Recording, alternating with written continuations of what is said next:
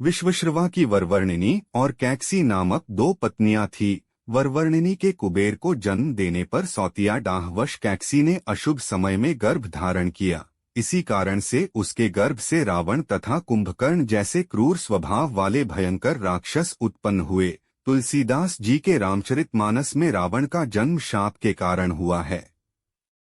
लोग लंकापति रावण को अनीति, अनाचार, दंभ, काम, क्रोध, लोभ, अधर्म और बुराई का प्रतीक मानते हैं और उससे घृणा करते हैं। लेकिन सबसे महत्वपूर्ण बात यहाँ यह है कि दशानन रावण में कितना ही राक्षसत्व क्यों न हो, उसके गुणों की अनदेखी नहीं की जा सकती।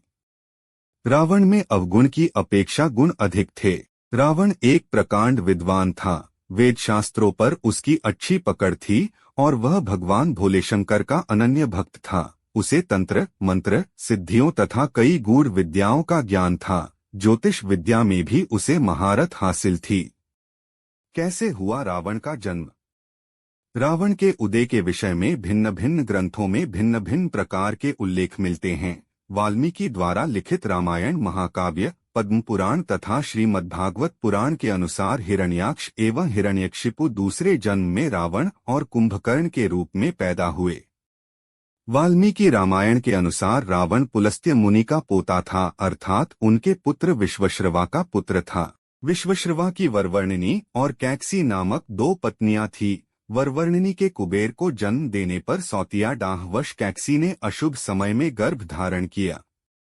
इसी कारण से उसके गर्भ से रावण तथा कुंभकर्ण जैसे क्रूर स्वभाव वाले भयंकर राक्षस उत्पन्न हुए। तुलसीदास जी के रामचरितमानस में रावण का जन्म शाप के कारण हुआ है। वे नारद एवं प्रताप भानु की कथाओं को रावण के जन्म का कारण बताते हैं। पौराणिक कथा। इसके अनुसार भगवान विष्णु के दर्शन हेतु सनक, सनंदन आदि ऋषि बैकुंठ पधारे, परंतु भगवान विष्णु के द्वारपाल जय और विजय ने उन्हें प्रवेश देने से इनकार कर दिया। ऋषिगण अप्रसन्न हो गए और क्रोध में आकर जय विजय को शाप दे दिया कि तुम राक्षस हो जाओ। जय विजय ने प्रार्थना की व अपराध के लिए क्षमा मांगी। भगवान विष्णु ने भी ऋषियों से क्षमा करने को कहा। तब ऋषियों ने अपने शाप की तीव्रता कम की और कहा कि 3 जन्मों तक तो तुम्हें राक्षस योनि में रहना पड़ेगा और उसके बाद तुम पुनः इस पद पर प्रतिष्ठित हो सकोगे। इसके साथ एक और शर्त थी कि भगवान विष्णु या उनके किसी अवतारी स्वरूप के हाथों तुम्हारा मरना अनिवार्य होगा।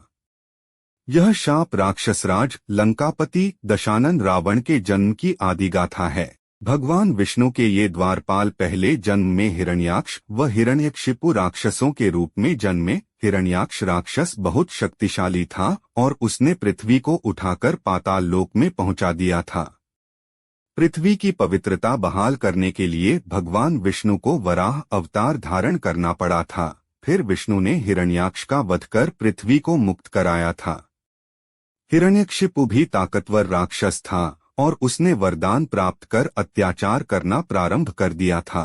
भगवान विष्णु द्वारा अपने भाई हिरण्याक्ष का वध करने की वजह से हिरण्यकशिपु विष्णु विरोधी था और अपने विष्णु भक्त पुत्र प्रहलाद को मरवाने के लिए भी उसने कोई कसर नहीं छोड़ी थी।